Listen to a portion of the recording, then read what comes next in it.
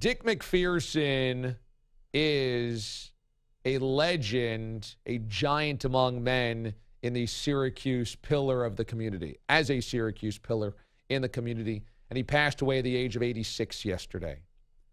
As a Syracuse alum myself, I know of the impact he had, and I think it's very significant, not just in SU history, but in college football history.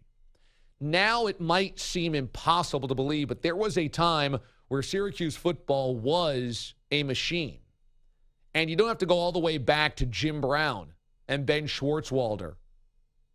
You don't have to go all the way back to the 60s and Floyd Little and the movie The Express. You just have to go back to the 80s and the 90s. And the reason that SU was able to bring in guys like Dwight Freeney, like Donovan McNabb, like Marvin Harrison, was because of Dick MacPherson. You know, after the glory years of Jim Brown and Floyd Little and Ernie Davis and the brilliance of the 60s, the 50s and 60s, they fell on really hard times. And SU football was kind of like where it is right now. In the 70s, it was 3-8 and 2-9 and 4-6. And it was not pretty. And Dick MacPherson took over in the early 80s for the 1981 season and immediately created a culture of enthusiasm. This was a guy that was all enthusiasm all of the time. He was a Northeast guy, born in Maine, and he walked onto campus, a place that it wasn't going to be easy to win because they were so bad for so long, and just started stoking the fires of optimism and enthusiasm and smiling.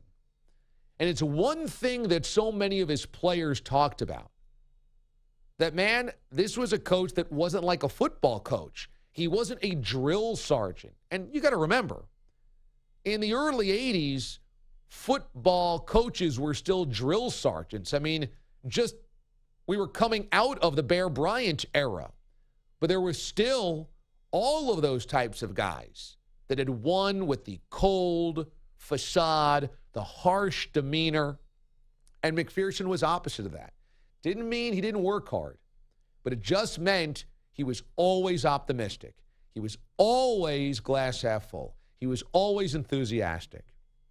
And he takes a program that is, again, the dregs of the Northeast. When they were an independent, there wasn't even a Big East. He starts building them brick by brick by brick. 81, they're 4-6. 82, they dropped to 2-9. But by 83, they're a winning team.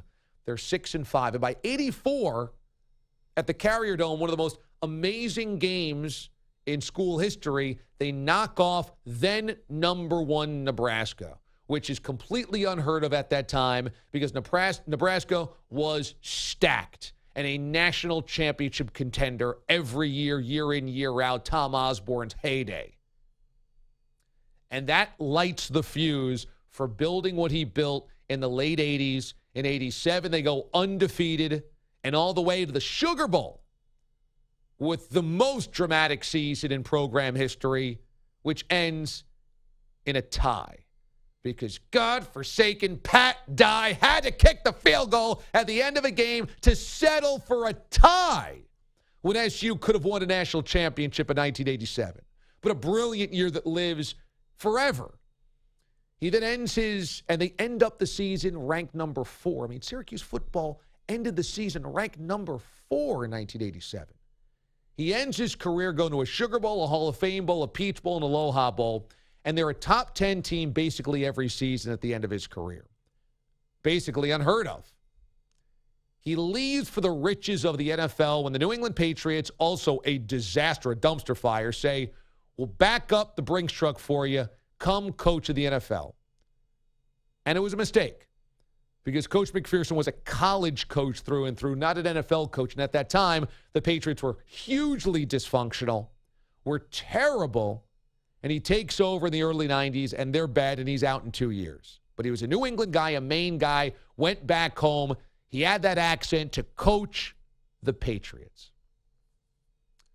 He's out of a job 2 years later, and Mac comes back to be the analyst, the radio analyst, and basically ambassador for Syracuse football. And that's where my life as a Syracuse football fan began, because I got on campus in the fall of 1997, and he was already a legend.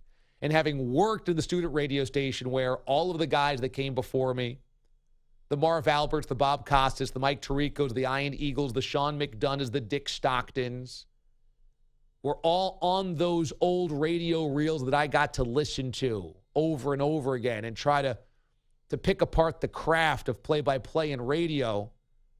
I got to live through those guys of the 80s, Bill Roth, Ian Eagle, Mike Tirico, Sean McDonough, that called all these games, Dan Horde.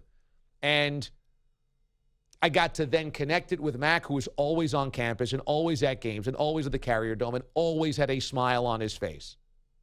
Always super optimistic, except he would call it as he saw it. And when Syracuse football stunk, which it ended up stinking, obviously, as Coach Paul Pasqualoni's success started to wane, and then Greg Robinson was a dumpster fire. The guy should still have criminal charges on him for what he did to the football program, run out of town on a rail after just getting annihilated by FCS teams and non-Power 5 teams, and couldn't win a game in the conference, had to get exiled to high school football coaching. Coach Mack would call it as he saw it. But again, always a guy that was warm and giving and gracious and happy.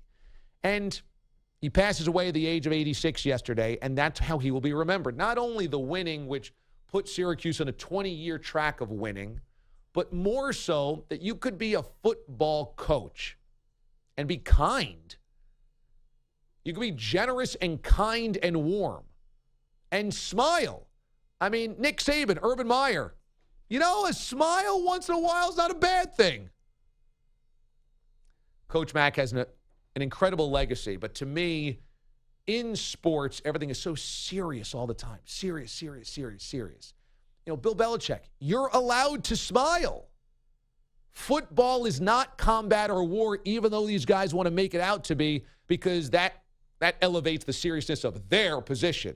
This is war. No, it's not. It's a game. And MacPherson was able to win, but also understand there is way more in life. And I think it's the coolest legacy ever to leave behind.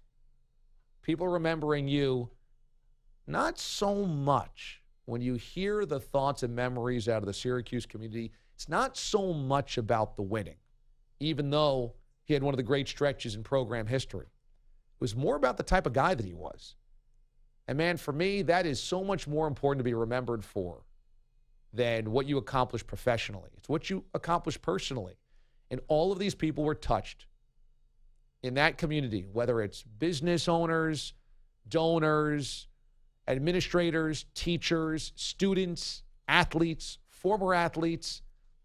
They all just talk about how kind he was, how much time he had for everybody else. That's a hell of a legacy to leave behind. Dick MacPherson passed away at the age of 86 yesterday, but that guy is a college football icon and legend forever.